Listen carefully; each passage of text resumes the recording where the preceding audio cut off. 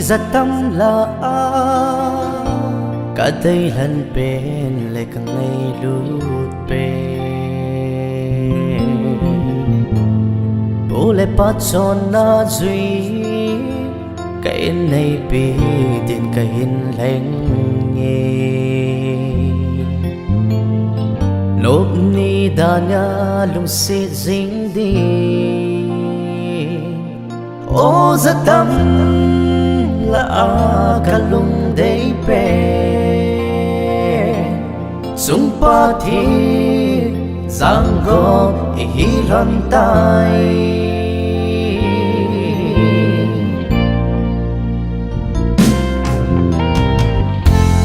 idan ho na pa thi ni atip sa mi him son le pa nei di anago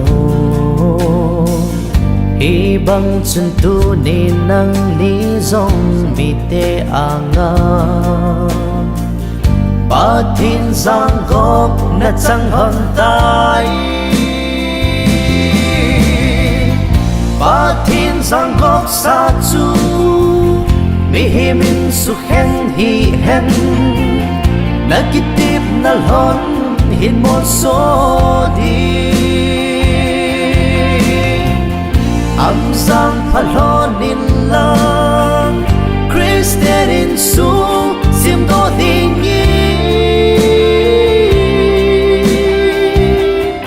ik sung bang bang hin hon pleasing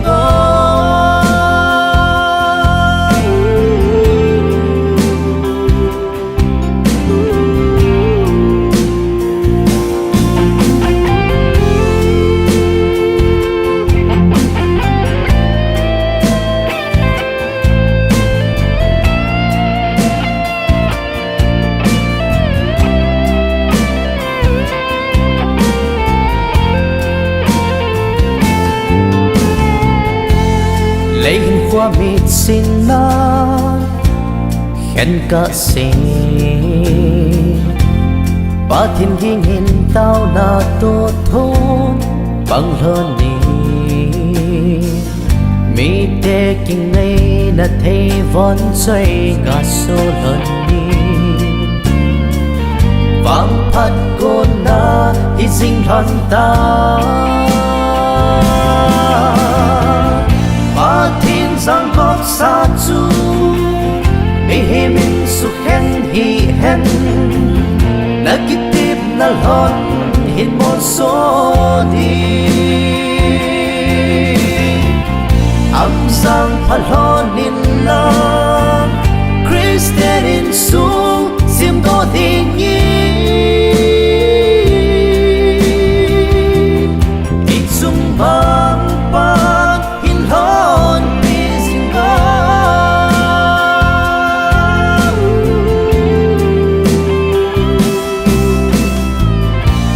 am lai cung khô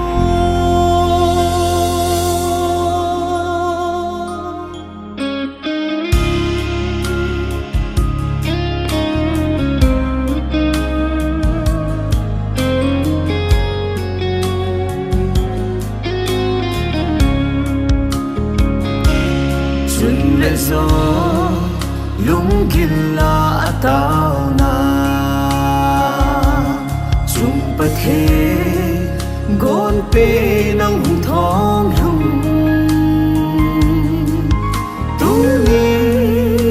pa thiên lệ ni pi anga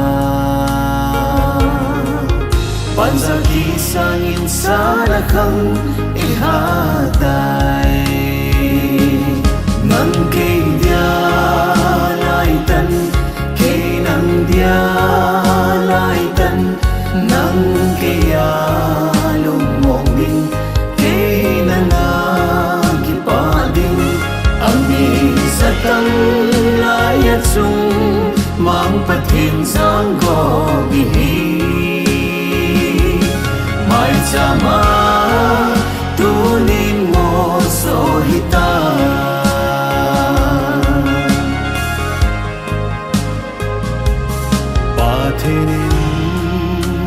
Iden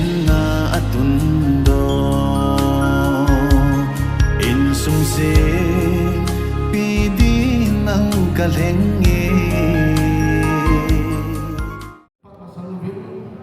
Tony kuman sampai tu kurang di coklat dengan pun. Bolang naik dengan lupeng, lek numa dengan bak lupeng, orang tinggal berjalan kini. New Life Producers Haizang 22nd January 2026 Patingop Satsu Mehmet Suhyanihan Mark Denlai Kim Timpu Pastor Sen Lupo Vice President FNLBC Kompiri Kegetan Selek Ipuram Batsun Paki Pungsong Lakat Sakit Hihim Ahim Tuhim Song Lakat Makailam Mengetang Besok nak sound setting tampak apa isi tu, baik dari sekali tiga yang mungkin dipandang dengan paulan jika mungkin special number kita nak setting nu lapai oi nu penat pun dengan itu mungkin besok ni pahang lihat ni pahang di mana tu saya ada hidup pasang apa pun macam window nampak ada hidup ni. Tuting le Minister Papa Hintin sule ama pa sumah recommendation sim anale merit certificate or pino na sa mga dahil tuting le lapu PYP Aiza Hintin in sumi dia pa Hintin pude pa Hintin pude pa na masapena apa pude anina ale minin pude sule atum na atsu Mary Pudian Zopa and Tundun 2006 Saudi.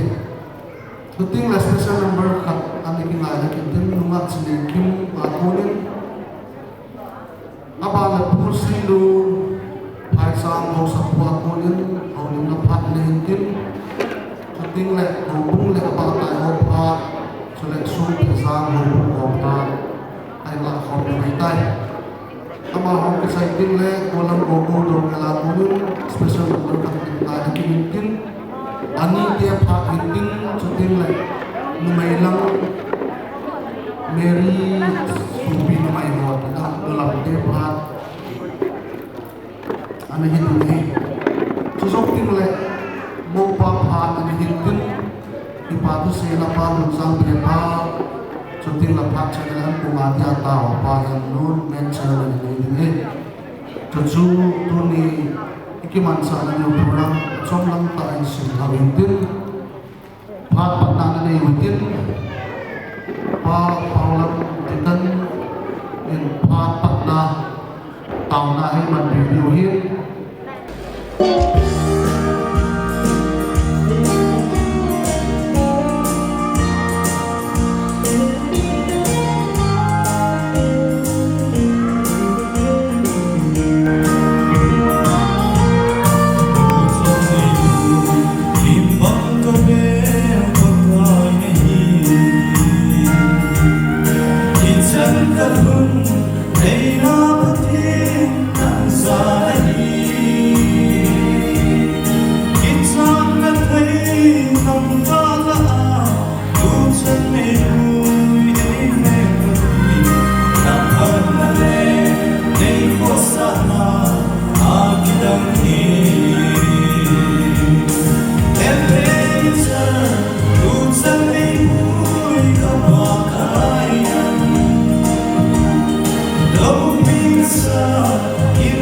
Sa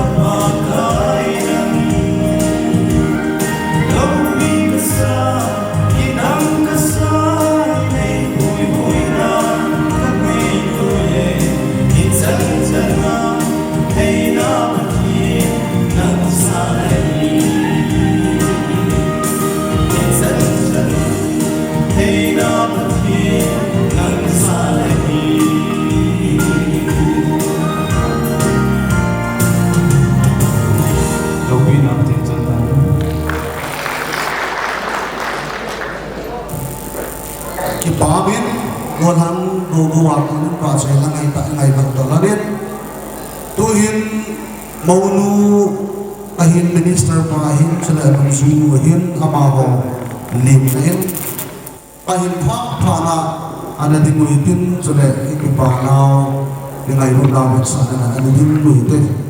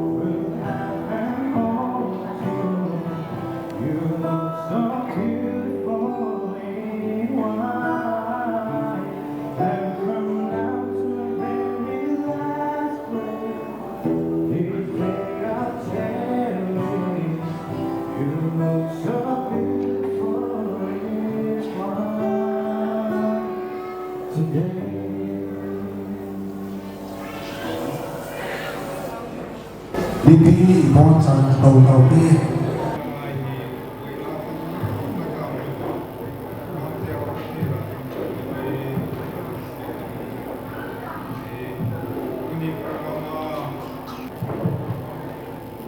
Atin ba sa ina nga kahinsa to ning chahina zol le voting ay na dilay sa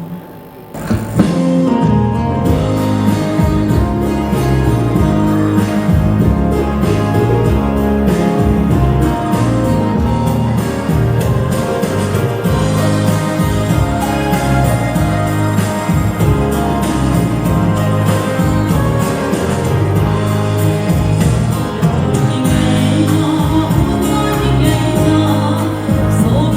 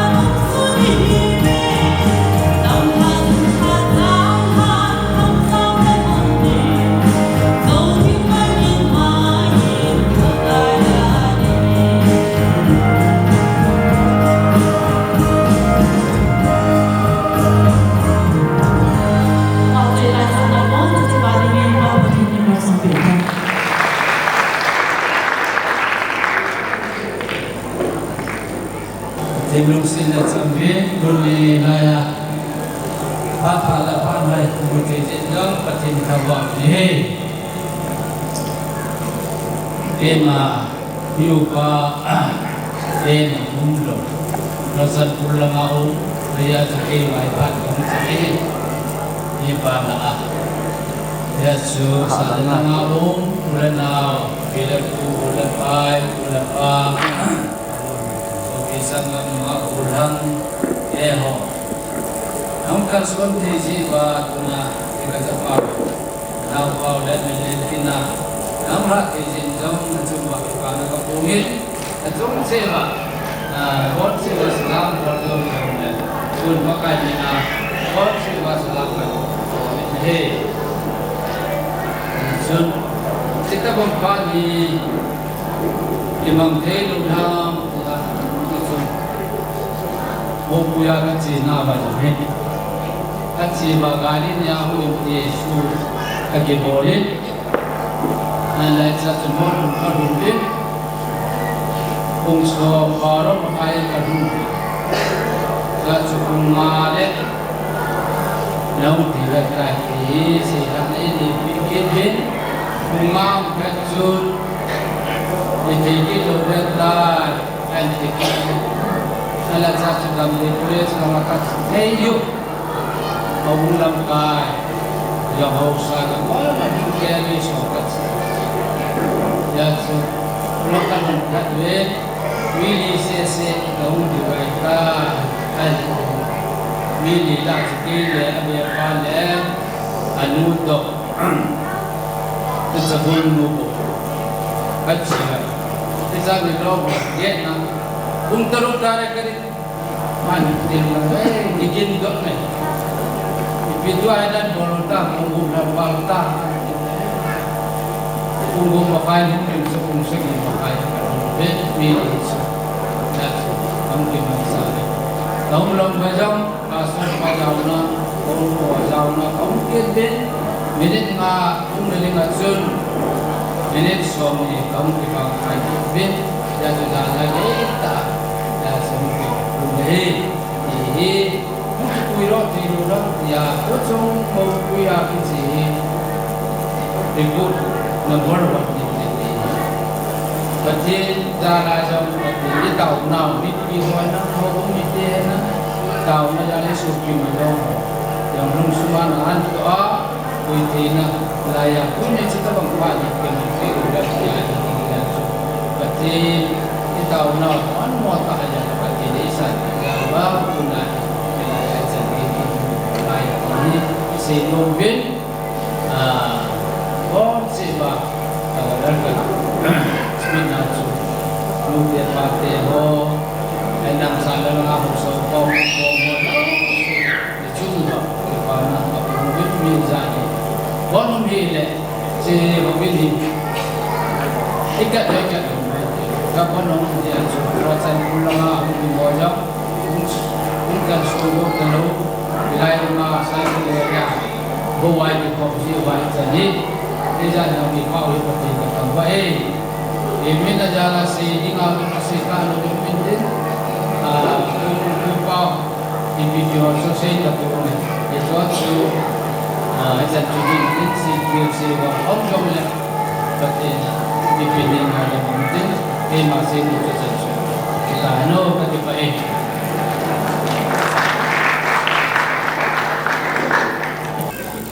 Ini hukum itu memang harus kau san lagi ah. Ini kalau pinjau siapa ni boleh pakai tu dah.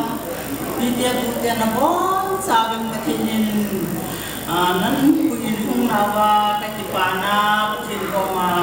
Kain punya nacung tiwa kakipahin sini macin kakin bosu kayuhan.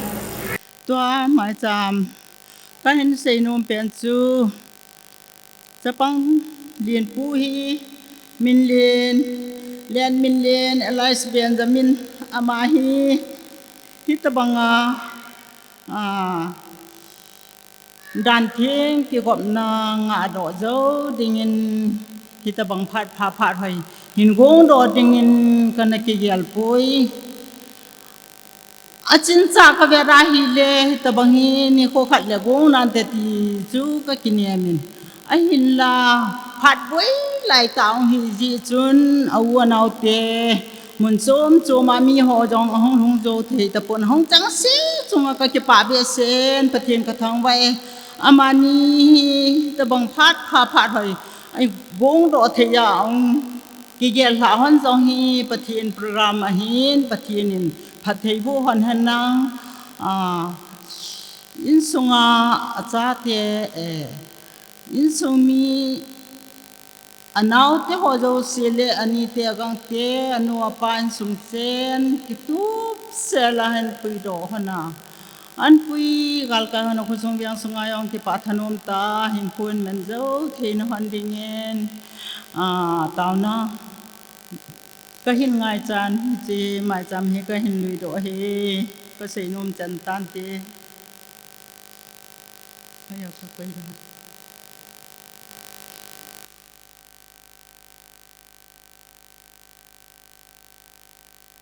บนจาวินจิงกะพา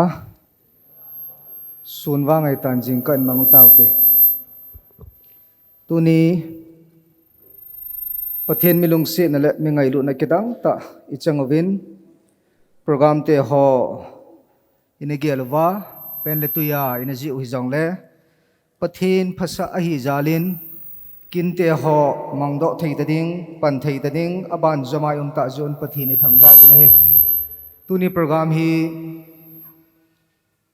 ลุงคำตาขัดจะเห็นตัวจันเห็นอิลุงเกลจงอักลำไทยฮิลายจินอาจีคุทำติเลอิโซปิเตหอมิลองหออินอิกลัมลานะหออาขาตันจีอินอิมากิบอลไทยเราดีตามตีลุงเกลันกินอินอันโจอินปาเตลังอาอินสุมีเตลังอาคนอินจงแนวจ่าทุสินไซตาอินหงดอไทยเราดีตามตีสุลุงเกลกินอินประเทศลงสินินหงทงไทยอุนมาหะนักินทุปีตาเตหออันกิมังใจตาอินจานฮีเจียงจงจูหงกิหงดอไทยเราดามตีหงจูกิเกลกินอินอาเห็นละประเทศมิลงสินวางินองค์กิหงดอไทยกินินตูจานเจียงอาจงจูอิตบังอิจงว่าทิลหงดอหามตีฮียังไงตัวลายจินประเทศมิลงสินจังวินตูจิงกาดัมเซลชาอินบอนินเท่าดอุนโปรแกรมเตหออบานหงชาวตาวินตัวอากินเทงเตหอตองไทยดิงายุมจุนประเทศทางวานไอปีวินเอไม่จำก้อยดังอามหอจังจังอินนักก้อยเที่ยวและพัดจำจากกะปิงติงไม่จำหันนะเต่านักเกนในไปดิงอินติน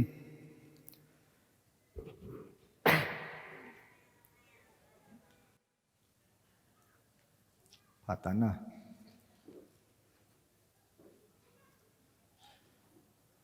ไม่จำหันนะเต่าไหนในเงี้ยปากกาหิงจิงประเทศตัวนี้จิงกะดำเซลจานนี้จิงทอสะจนมันกระทงวานีมีตำตาดิ่งินตัวนี้นิโคฮีอามูโนมามูไทยเหล่านาทีนัลฮันโมเลมนะการนำเอานาหินตินนัจจาเตวังโปรแกรมกระโกนเตหาวลอลเห็นในปีจนมันกระทงวานีจะไม่จำเอาให้น้องมันกิมน้ำตัวไอ้สันปิวว่ากับโปรแกรมหาวลอลเห็นในฮีอาตัวนี้กินในเตียดิ่งเละที่อาหินเมาลังอาฮีอินนับพัดไทยตอนนั้นมันซ้อมตอนนั้นฮีไทยนัดดิ่งินพัดไทยบนเตียนกระตาวินฮีเกยกะหินกะกำกะเลยกะลุงทิมบังเชนโซปิเตน้องมันหาวลิมปีอินโปรแกรมหอสงบอยนัตในจมพ้นลังหล่อเลี้ยงตาใจเทียนในกอยดึงอนองกิตุสมละไปไม่จามหอผ่านหอเกยกะหินกินเทียงกิตงดีหอเจ้าสินะคนอันวับสันเจสุเมนกะตาวินฮีอาเมนตัวนี้กิจเจนในกินเทียงหาวดันเทียงไอกิจเจนไอหอนี่มันช่วยเลหาวดันเทียงสับเตปาไว้เซเลฮอลีเมทริมอนีที่กินินฮอลีอิติอาเลกิมในเบสเซจิงินช่วยไอไทยดำที่อาหาวดันเทียงที่อาให้ก่อนอย่างอากิโอมินโอ้ยช่วยเตเลตัวนี้ฮีหาวดันเทียงปะเทียนดันตัวกิตัวอากิจเจนเกณฑ์ก็ใส่เป็นตาจุปะเทียนเฮปปี้ในกิจเจนกติเอปะเทียนเฮปปี้ในกิจเจนเจเนซิสบุงนี้จังสมนี่เลทุมลำชีวันไอเลนูปากิติฮีอากิมูเนฮีนูปากิติกิมันเนจูอดัมเลอีวาโกนินักกิมูอินไบเบิลจังหอฮีอลังพิอาโปรแกรมไอโลเลการหออาหงกิมูดีตาอินจิลังวังกิตาปอยอินปะเทียนกบซาจูมีหิมินสุขันฮีฮันติจูฮีอิน Ichi chu thupia ichi pi di hun me thiu mung som la ko chang gu chu hiding a hi in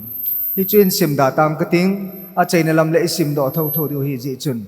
ai le tu nia ka sei do nom pen chun mu ki ti hi wot khat hi in pa ki ti hi wot khat hi in wot ni hi nia gop khomin nu pa hi nu la pa hi ai ya chu nu la pa chu ti da na wot nia ke khan chu khana khomam ti le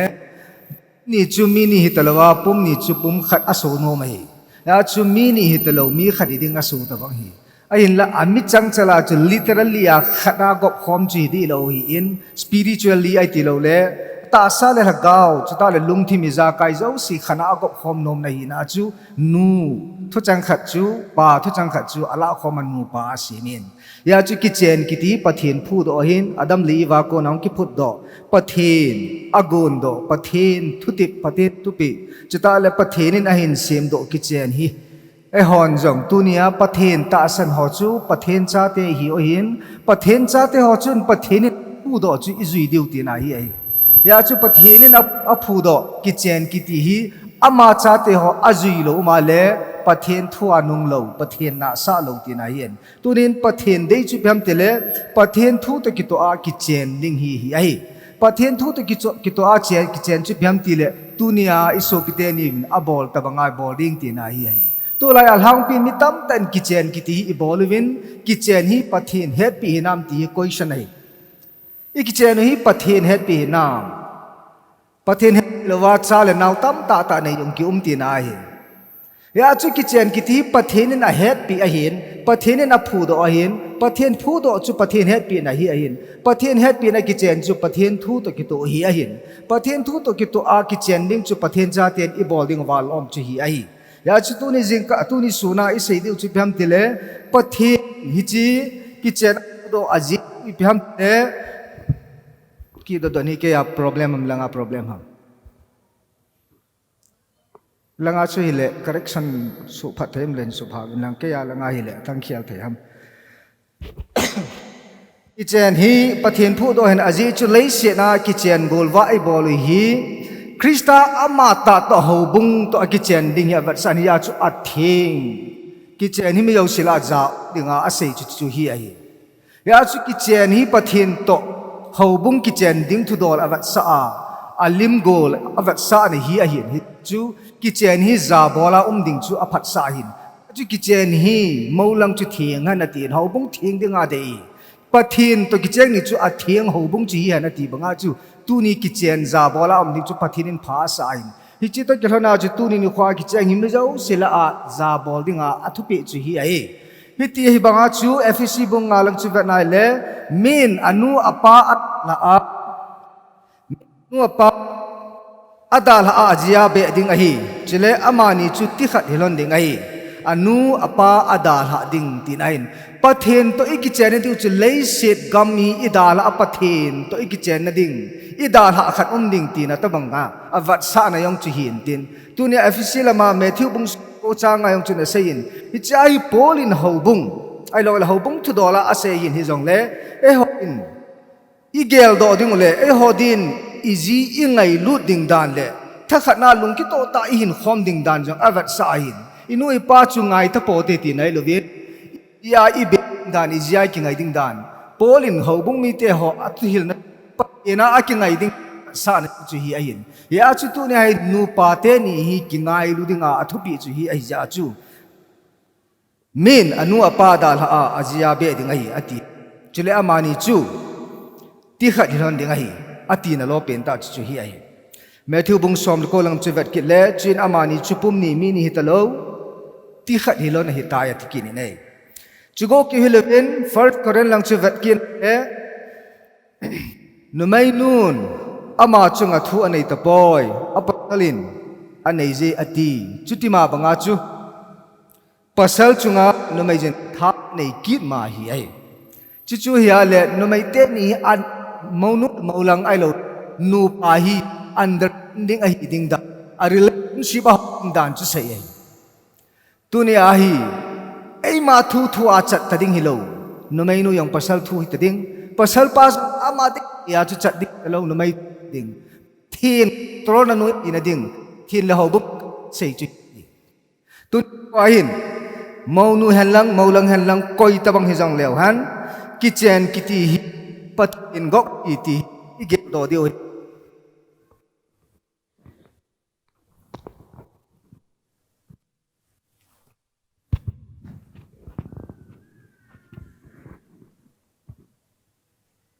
kitchen kiti hi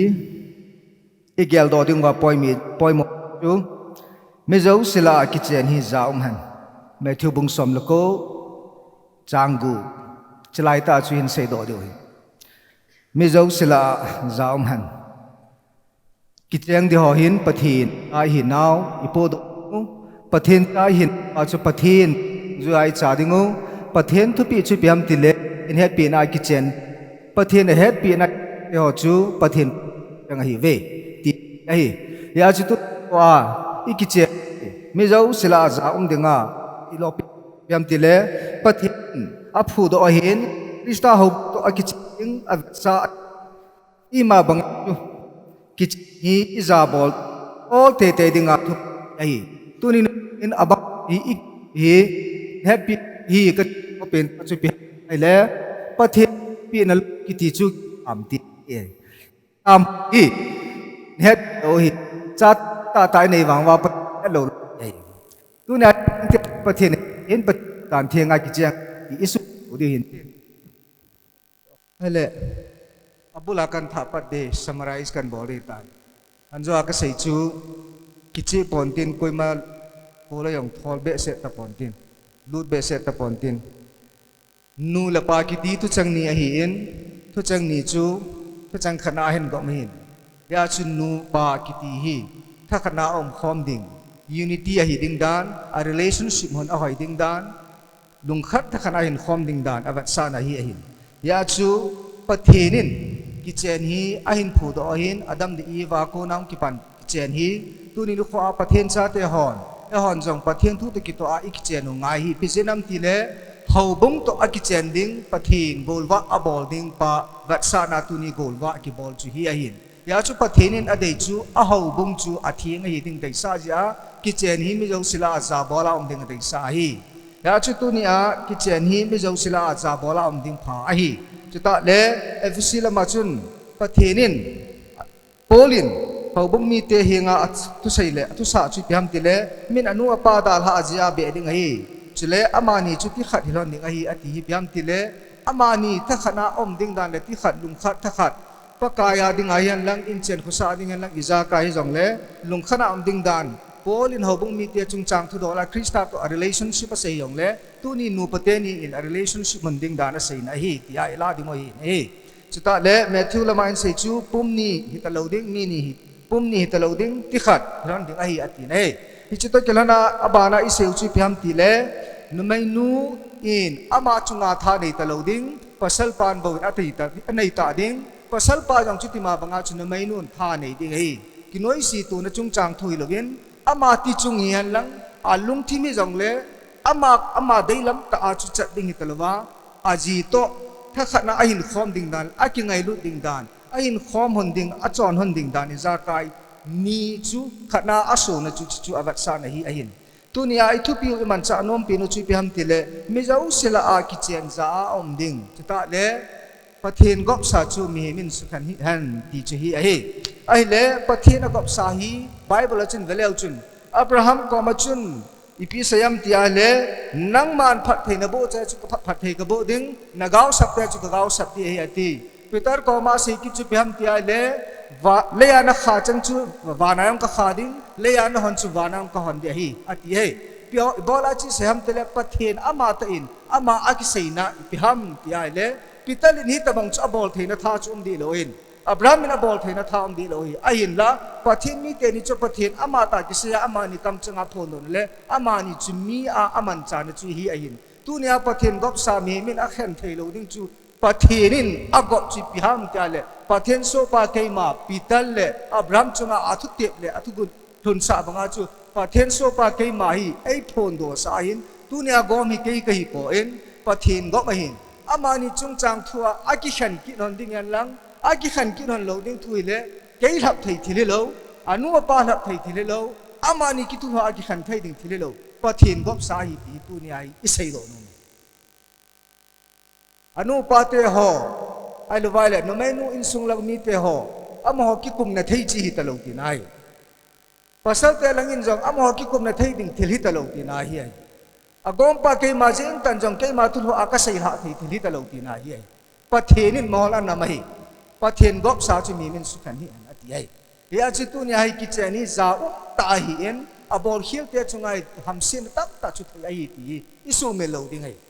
tunin ki che ni agila gilin pathin khu do thili pathin an poisa pathin an tip sa thilo chunga hi pathin thu thu hi ding ai ti a chei nai se in tin humun isei nau chom chai chan chung in tin kin thing i to na ding wa thu do chak tham cha kai nei no men in sungmi te lang yan lang chuta le mau nu te lang hilang hi jong le thu do neu cha kai nei nom na hin en don bu ding in amasapinin numai te lang phat kan pasal te lang sorry numai te lang phat kan do no men phat kan pi no men numai te lang a khat pen pen ai don bu thei ding khat pen pen hong ding do lo chun ki pa min te thu do chui le na chanu ai lo le na daw nu nunga thing nei wa ai lo le Mary ama hi Krista zala golhang le min den ai lo le Benjamin ama ding a hi lung thing sela na pi do hinam ini ki pa me pasal te lang khat pen pen ai don bot thei ding hong le ki pa min te chanu ai lo le nunga thing nei wa Mary hi Krista zala na mau nu ding wa lung thing sela ni kisan hinam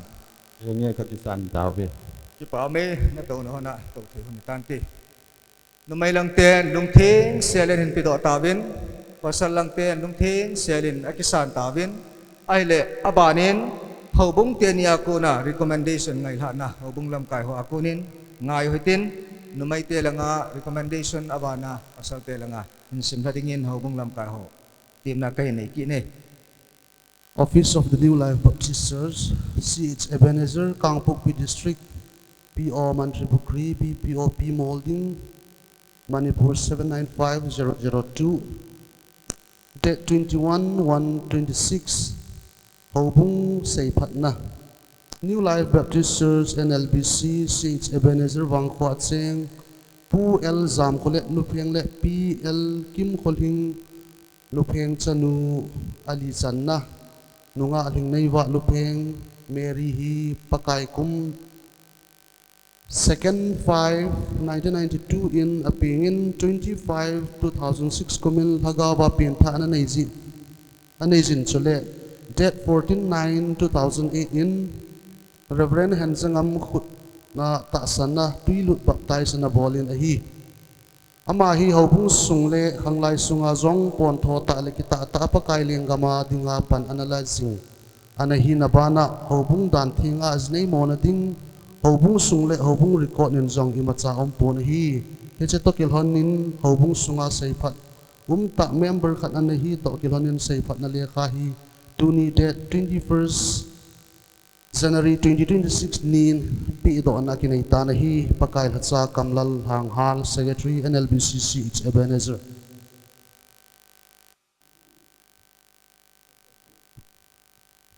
banin pasal te lang Office of the New Life Baptist Church M Paizang POP Cycle Kangpokpi District Manipur 795118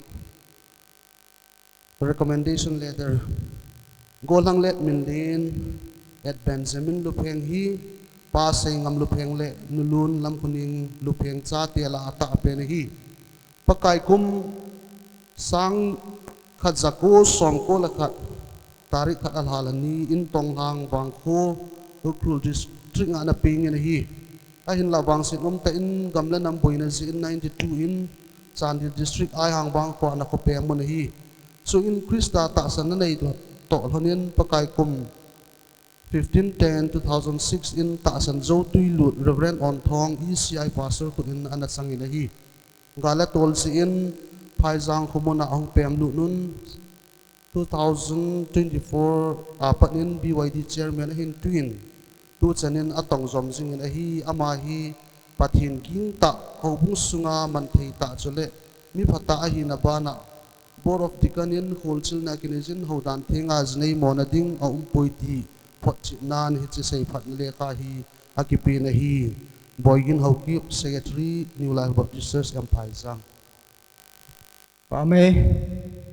numay telangin lungting selapi tekelanin pasal telangin lungting selen kesanin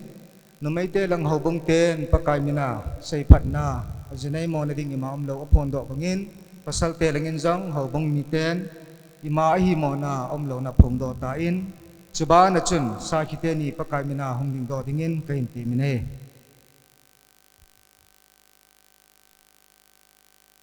sa kipa thudo kanay nom kinin Ichin aloy pahi dunia pathin hobong dan thenga ajine nadinga nadin pi ngambanga hi nung lamale ipithu umjang le na hindin pi ngamjing ding hinam ba me banin sakhia pangnu ichin aloy nu hi hailo le na so pinu hi dunia pathin hobong dan thenga ajine nadinga nadin pi ngambanga hi nung lamale ipithu umjang le nadin na hindin pi ngamjing ding hinam ipa me say bangin namay telang pasal telang haubong teni anop naw tikilanin sakitenin anop na hanjang adin pingam hanjang kichi taimo tikilanin tuniin maunuhin maulanghin amani jang pakai meni hongding do intin maupain mai khu hodo pinai nei ding hi golhang menlen ai lo le golhang let menlen nangin na ko ma ding nunga ling nei wa Mary hi najidinga nakilhan hi to kilana miyau sin amel hoina amu theina din amai khuin hodo pitan mi pin khot be piute mai khuin hodo pi to kilanin thodo kanai nom kinin golhang let min le Benjamin nako mading nunga thing nei wa Mary hi najidinga pathinin ai gut pi ai mau nai tian han hinam pa me tu amel hoi pe na tu amel hoi pe na na lung sit banga nung le male amel hoi lo ni hi han gan thei ni hi han vai chat ni hi han mi chot al bai ni hi han itabang ha sat na ni hi jong le kain khulhum ke ja ka ngai lu na kalung sit jing ding thina ai khan han ti lovin i khan pi pongi tia pathin mi pi angani kitip ngaminam pa me tun thudo nunga Mary lo le nunga ding nei wa nako ma ding golhang let min len Benjamin hi najidinga pathinin ei gut pi ei mo nai tia na than nam pa me tu amel hoi pe na lung sit banga nung la male amel hoi lo ni hi han gan thei ni hi han vai cha ni hi han me choral bai ni hi han itabang ha san ni hi jang le kain khlum ke ja kalung ka ngai lu na kalung sit jing ding thina nei khan thon ti rovin ki khan pi pongi tia pathin le mi piang ani kitim ngaminam ki pa me akitim na han ki cheng ding mong ki ngai lu ding mong thinan khan han ti lowa ki khan ki ta lo dinga ki ngai lu ta a cheng khom dinga kitip han banga tuni amani kam chang ta a akitip han ingai lau ti krana amani kitip na thupi pen supakai anga dil su'a pathin hi nga tawa kajiding mong ahin ki khan pi ki ta lo ding thina na khan ti lowa ki khan pi ki ta lo dinga kitip na taw na ahin nei hon ding a hi en chu ki chei te ke mai amani chunga khut na ma taw na kan nei khum pi ding in tin amani hong dil sun tin Bible chunga kitip na pasal pan mi pi bonin mit singin ataw na hon ngai khom pi tin pasal pan taw na kitip na hin nei masala pan pe Kai chi ka tu kamau hi in kolum ke adingin kitchen pidingin sangkai malama jong namani yang pi jinghonin Yesus Kristus amen katune amen và hiệp sĩ bọn nào cơ tụ của hi khi nan ấy khen hân đi lâu biến trên thị thành Giêsu mình những cái Giêsu mình những cái tàu về cái màn phật namin ở trong nana tàu này nên cái pakai kapathin nang main adam li wa kona kitchen na pu do bang chun ka so pitenin tunin nang ma se ngai ta le nang ma het pi nan tunin thina nei khan han ti lawa ki khan pi ki ta lo ding ki tip na na nga nang ma min panin thumin akitip na han san pin tin ka ta vinai pakai amani chunga akitip han banga hi punung chen ge ya ki ngai lu tu ta chang khom thei ding in nang man phat thei bo in lang tu ni nu kho ka bor ho hi lo pi na nang man hong chana tu ni nu kho a mo nu hin mo lang hin amani phat thei chana hi thei na ding in ka kitip naw mo so sa tan tin jesu min ka ta vi nei amen ding dong le chen ki pa min te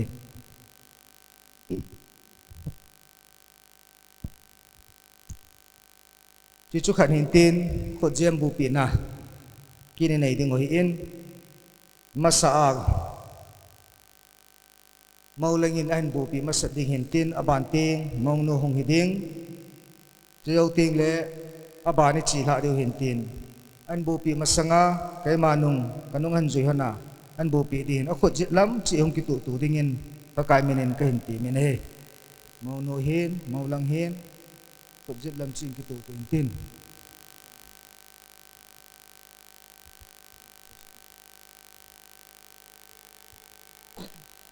mau pan kanungin zuin lang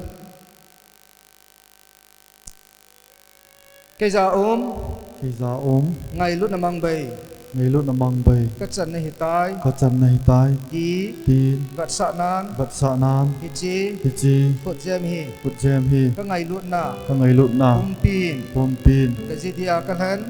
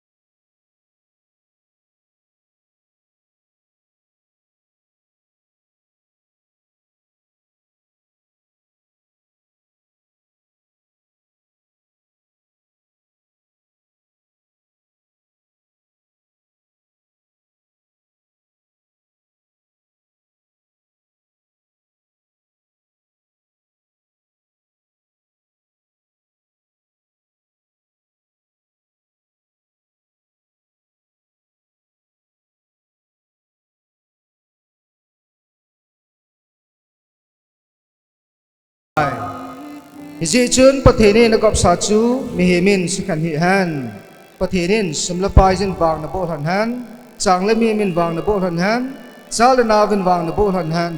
gamle go in wang na bol han han na to na thamin wang na bol han han pathenin ni malam zo sia ham le wang na bo jing han ta han amen certificate in sindong in Fellowship of New Life Baptist Churches Manipur registration on Sindatang Kating merit certificate. This certifies that Mr. Letmin Lin Lupeng, age 35, son of Singam Lupeng, inhabitant of Empaizang Village, Kangpopi District, Manipur State, and Miss Tingneva Lupeng, Mary, age 33, daughter of Let Jampolet Lupeng, inhabitant of CH Ebenezer Village, Kangpopi District, Manipur State, were united in holy matrimony on 22nd January 2026 at Empaizang and LBC in the name of the Father and of the Son and of the Holy Ghost. Marriage is honorable in April 13-4. So ikay na. Masapinin Maupa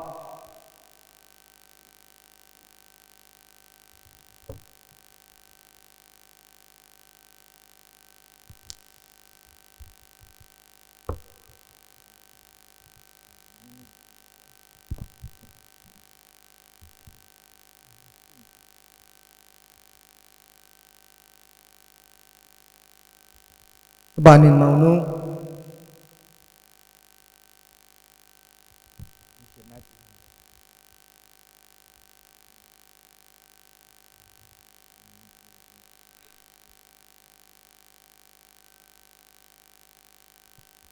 Banin Sakipa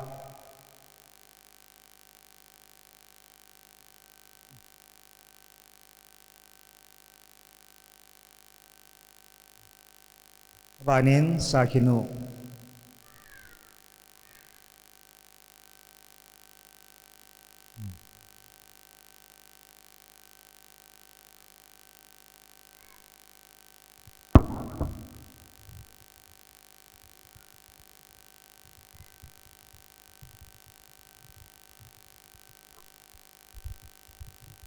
Tuni kinting ibol now chen chuhin tin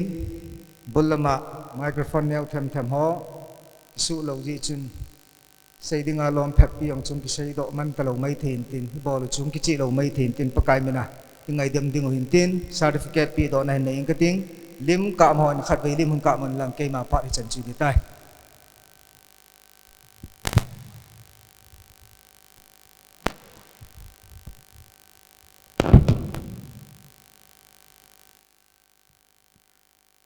yo phat chen chu tan te ki pai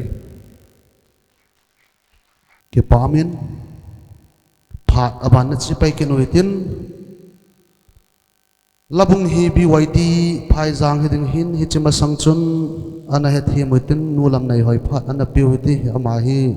tu cha jong hi ji chun akino in phat ana pima sape no tin chu zo ting le labung BYD phai jang phat nan kila pai pai diwin ka hin het se hilai mo na ding do thia ai ko ya pa pathin ka hin thang va in dunia hilai mo na ka hung din do na hi aviala Bengaluru mo na naw te ho in ngan si na ai hin nei win tu a naw Mary aloi ho a friends ho in thilpi nei na nei pi te te win ati ja chu amo ho thahiala hung ding do ka hi in tu in memento zong a hin sim pi uven ke mat ma sapin memento hi hin sim do pi in ka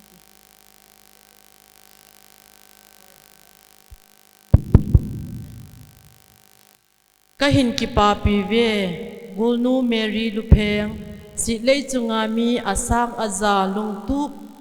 chong mau wa king nei ding gulin namur su hi kahin ki thang at pi ve chung mang pa wang bo na chang jingin lang jipha mau pha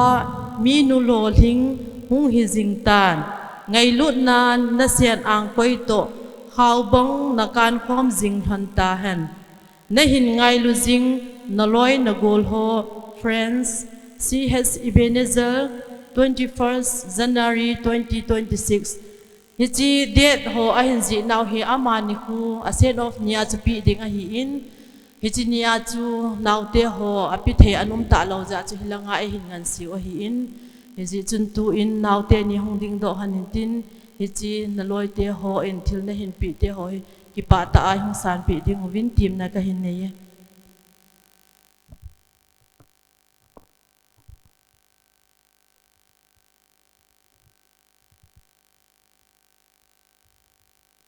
BYD phai jang na trek iman ki su to lang phan ki la pai pai lo jin ki pa min te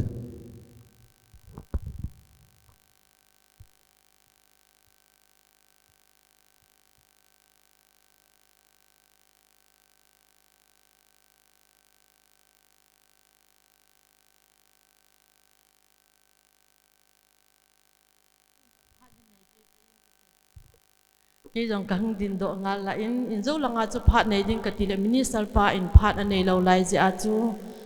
ke man ka kin te ho chu ka hin bol lo hin ka hong tin do tho tho ki ding a hi za chu ke ma in zong naw te ni ka ki pa pi na zalin e ho a ding a pun man tam pin i za punu khat ka hin sil pi hon ding a hi in nang ni zong ki pa ta hong ding do ki ding in tim na ka hin nei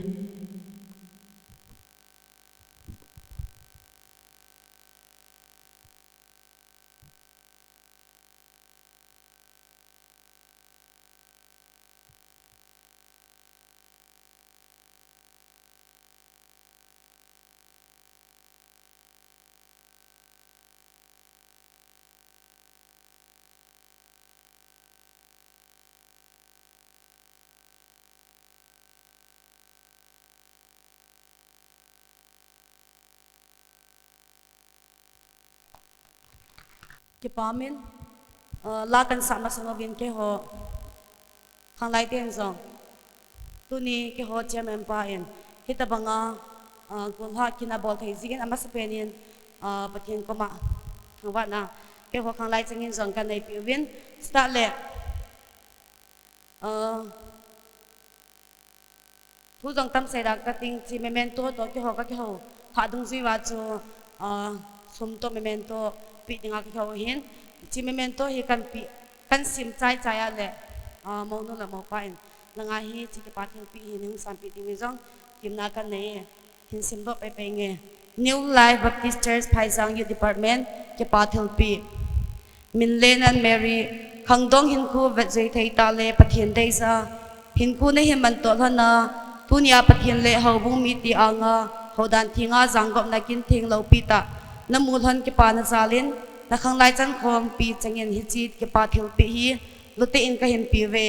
pathian wang bu chang honin lang cha le naw nei le go in na salhan han Phaisang Baptist Youth Department Phaisang 2022-1-2026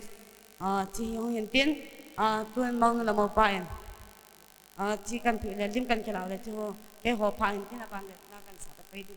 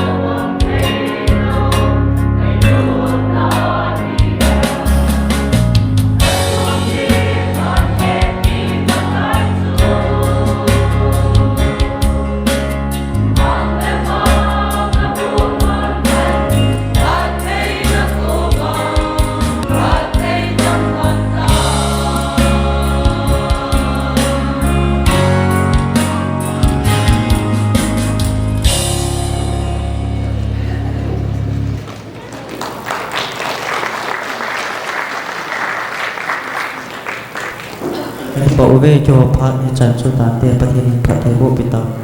Dunia kau lima sangin dunia isikina zadinga lom ho amasan dunia kinting ei to pi pau minister pa hin chule dunia comparable pi pau ho bung sketri pu hin chule mau lang ho hiwin chule mau pa lang hin kin la kana hung kal song ho sau pa chule ho bung lam kai mi pi te ho amasan kazanau salam kan pi e tu ni hi ki ho dinga kalal niu kalit niu ka hat niu ti tin hi chinia hi ki pa thu som cha kan sei do no me hi chima sang sun ki ho chan chin ai lo la ki ho in sunga hin u cha thung kam bin u cha thum la hin ke hi dunia meris bol pa min lien dinga panyau ka hin aja mai cham hung lui do pa chu ka u pa wa hin ke noya khanamin ke ho in sung hi pathin phat theina wang bu nan yau khat ka chan nau thung sing ka ting ke ho kho he na hin ke kho he na hin min lien dinga ni nu bin dan thianga ki chen na kin chi tong lang mun na hin kanu la ka pan anagun pi in hi chi wang bu na chun ki ho in sunga hin anungan zuyin tu ni chan ge hin kin thing mangin ka cha te chunga jang amin hi cho hi pathin phat na le pathin phat thei bu ka chan na we ti yang ka pun do no min sang ni la som ni la thum ga long ki pen ni som ni la li som ni la nga som ni la gup sunga hin ki ho in sunga hin kin thinga ki chen na kin ka hung mang pe u hin tu ni sang ni la som ni la gup sunga hin ka chapan kin an tong do kin hin ki jam thalin kum thung sunga hin kin thing ka mangu bi hi so yang hi pathin phat ne ti ka phung do kin hin ka chapa som ko la khan hin a piang in hi sa ko nin ai hang wang khuwa hin sang ni la som ko la ni hin ai hang wang khuwa a chiang lu nu bin hi sa ko hin sang ni la som ni la thung hin mei thei gal am ji hin chiang the ta po hin hilang phai yang wang khu an zun nu hin hi sa ko hin u cha ka u pau hi ai hang ang ke ta je chun hilang hin ka ki su tu bin hilang hin ka chiang khom bin tu ni hin he ta bang ki ho in sunga dinga a phen no ho hi pathin go ni hin tin tu ni a hi ka chapa min lin zal hin ki ho hi ka mai anu bin kan ki pa pi win ki ho dinga hi ta bang tu ni a chapan kin lo pi man hi ki ho dinga ka ki pa na khat nu hin a pan yau ke ma yang mi pi la hi ta bang din ding thu sei ding hi kana tu pe hin tu ni hin ka changin hi chi ka chan hi ama za la hi ti ka pung do no min he abanin ama hin khuthim hin khu thu sim tham kan hin sei ka ti ama hi am ya wa pe na hi som ko la khan na hung pi nga hin sa ko hin ai hang wang kho hin le kha anu la pan ka unu la ka u pan an sonin no badaya hi chi sun an son honin hi chanang school ang kain aman hi chi sun pathin sung pumin le khan sim na hin hi chi sun ang khan to pi in hi sa kun hin hi chi phai yang a hin class 12 chan an sim do hin hilang a hin le kha sim ta thu in thang boy school a hin o zai nang pangin hi sa kun hin hi chi phai yang school hi ako ni jang public no kai kin hin ama hin khuthu sima hin ai hanga chena pen hin ama hi a phan no ho hi i macha achunga hin khang sunga hi ama achunga hi aloi pai la jang sei sit na le ai lo le hi tabang sei thang ni macha am pu na ma hi mi khita hin da cha pa hi tu chan ge ya jang hi awaja pan na jang hi sit lo hi la kumiya nam khat awaja pan na jang hi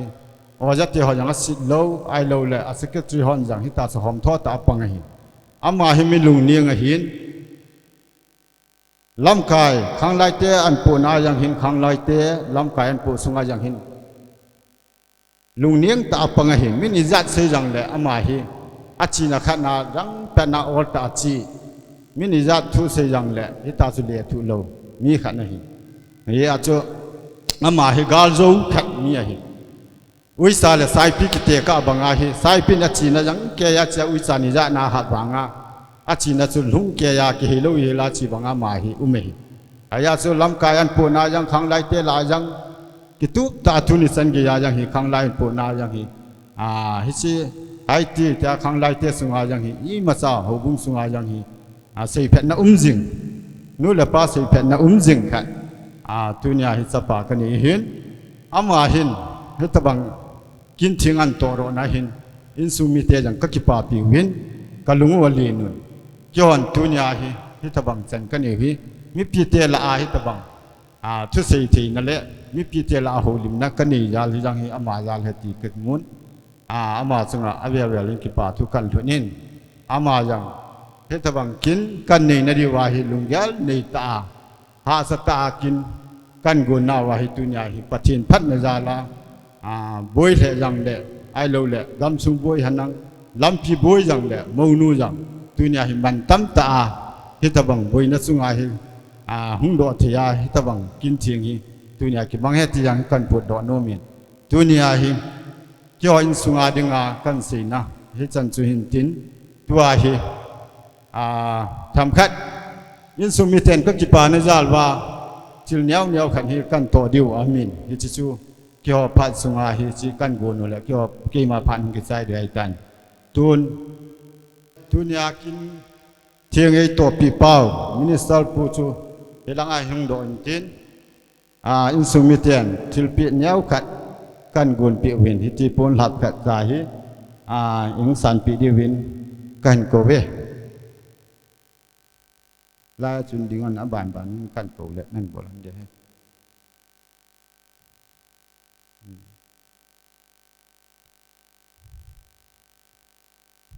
ai pi tha pon tu chiang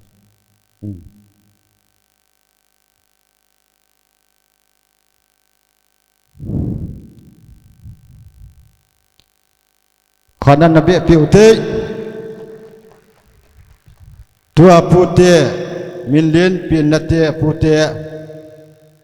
ilanga hin hang pu thambul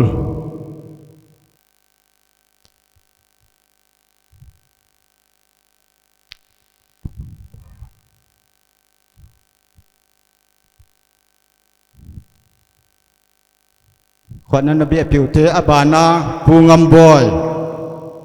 ka pu ngam boy ilanga hungo che kyo ka pu te we he ka pin na te we he min len apa pu te ti dam kyo ka pu te wai ta e ma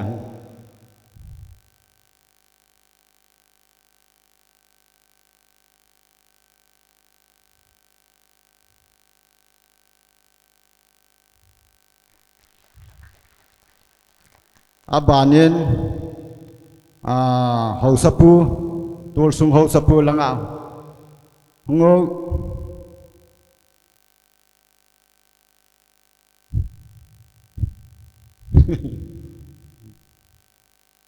khonan nabi apiu te abana hau pu dunia lai kina dinga sang system hin chule chel ho ei pu do piu song pe jang hau pu ama jang in sumi te hon tilpi khat kan nei nom ben ilanga hin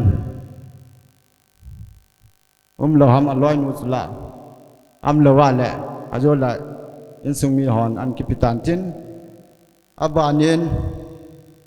tu chunga hi mo nu pui na dingai za kai gari hi pa mango ginin ei pu do piu hi za kai ama jang in sumi te hon ki pa thilpi khat pon khat ka ban pi nom win hi chi ama ang lawa la loi nu hung amo in sumi te khat pin pin hung win lang in sumi ten ka ki pa na zal win thilpi khat ka nei nom win Hegin len sung mi te khat pin lo ham am lo wa la jo ho yo lang le ke hon in sung mi te hon an ki pi ki tan tin tun pa thang kin ama kan hul naw hi api pi na ka u te hi min len te hi gala hung zam ba hi chen na ding gi na ding an nei lo wa hin he chi noi langa in kho he chi pa thang kin in mun le lâu rằng bó na al ho sa wa chen sa hin ye chun amani chunga jang ki pa thung kil honin in sung mi ten thil pi khat kan ni num be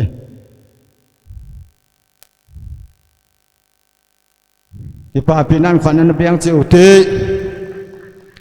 he chan chuin tin awa mi min lo hing tan ki bola ki ti jang le awa nam ji in hi cho hi khununga yo jing hi jang le ni la jang le awan ho hung ki ja tu in tin bol ba na ma le hung ki bol de hi pi pi hang dunia pathin wa chai lai sa pi wa ki ko chang ho hi ki min pha ho hi in sung mi ten jang thil pi khat nyao cha chan blok ka khop nom pi win hi chi nunga chin nei kim hian chu le langa hung inang nu lam nei hoi nakimin pha changoi langa hina ban ni hung lang chi hi he go we hin lang hin hung wenang ching ki san wo he go adang la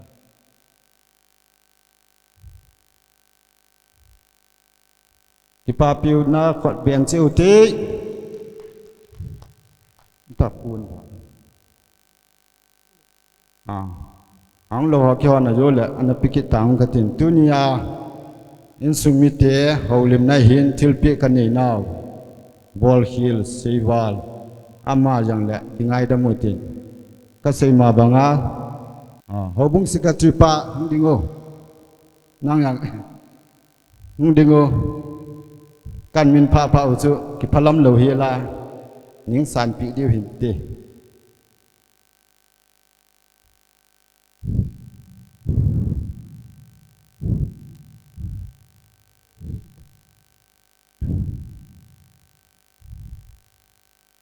khot beng te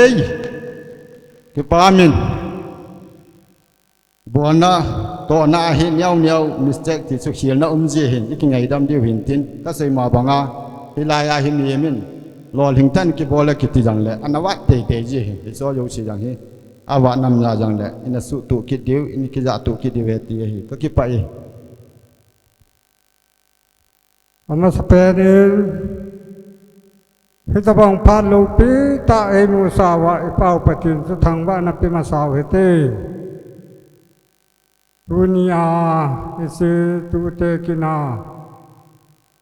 ding thei dinga patin in dam na phat phai pi ja lin jong ka ki pan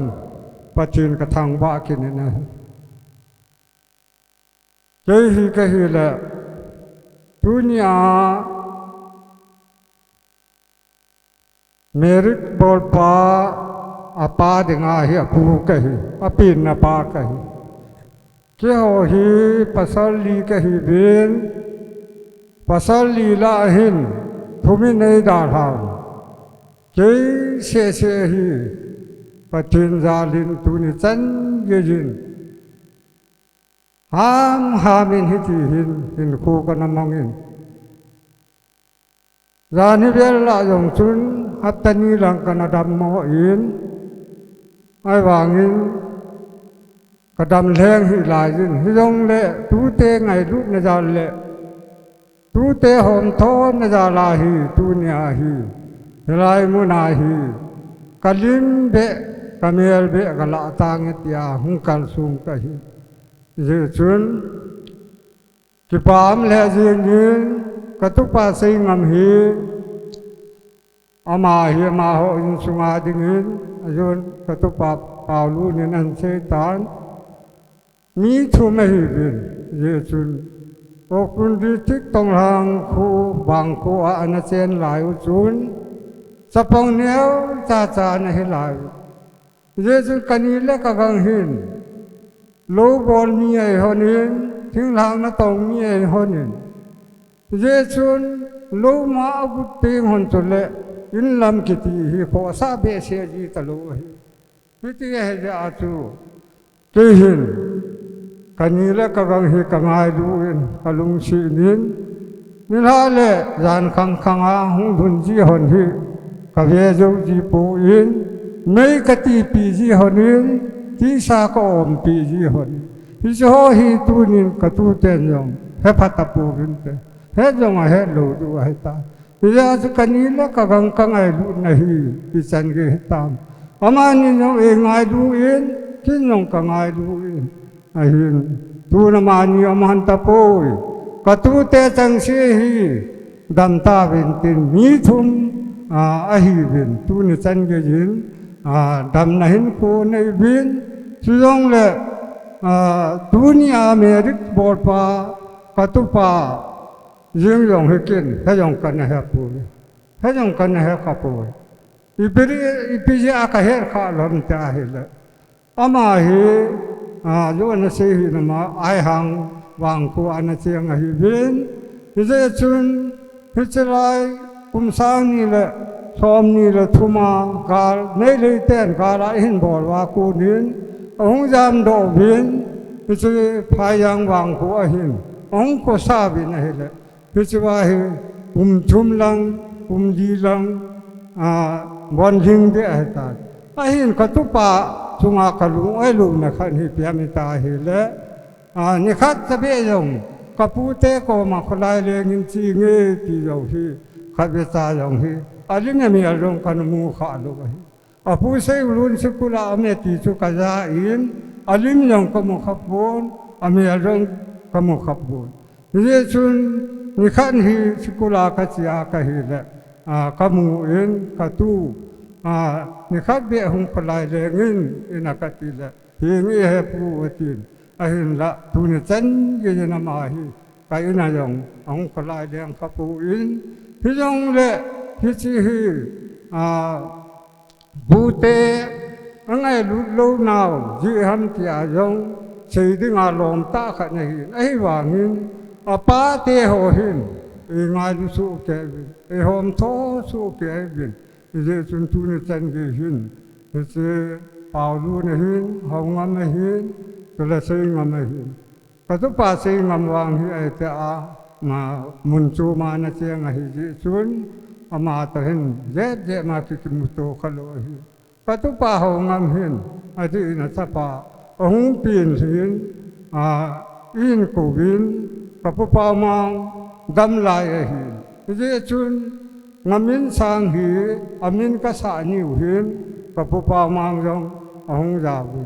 aman hi chi hi sa di wa hi ati aku na tu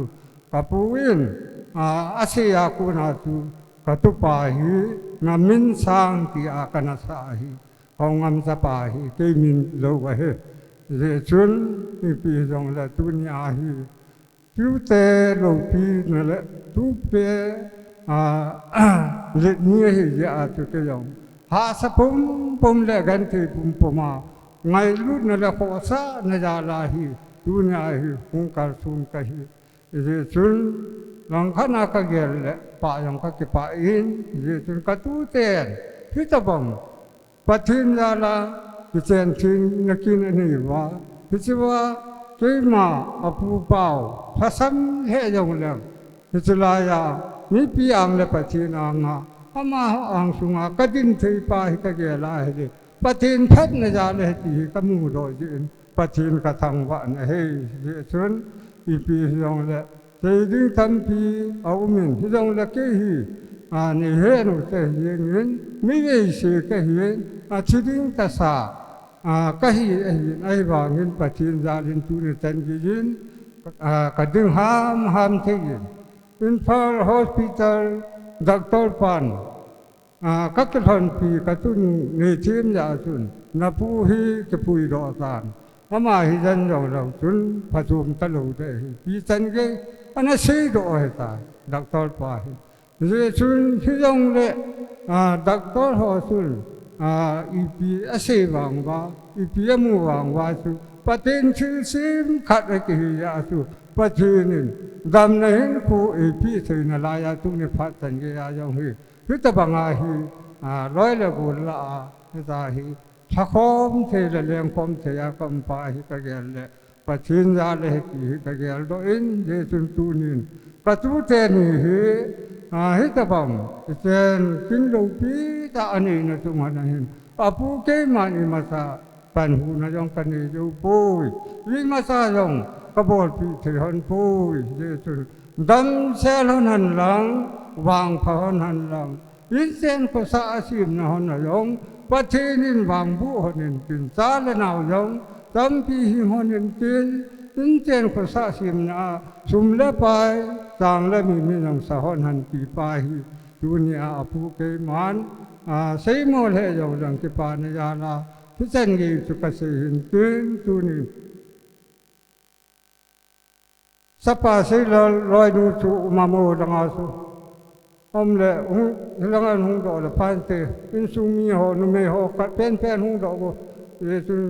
tu te ni hi ki pa thil pi neo khat ka nei nu min ye in su mi lang koi pen na vam phai yang am ho khat pen hung do go dang ai ti su dunia ke tu te ang sunga da ka ho dim na asai na yang hung hi te tu te ni hung ding do nen lang na pu han ke man filman tam pi bol do hi yang la ngai lu na ja la fil pi neo khat ka nei nun ja chu ni chi pon lap khat jong ka sil pi no ma ne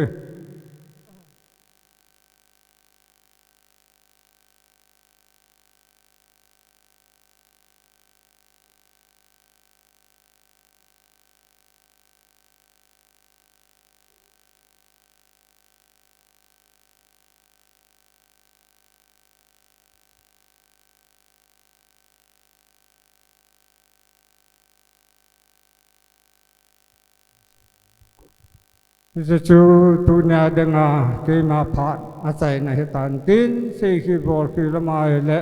pacinin ingai dam wen tin hitan tu kema pat tan ti ka pa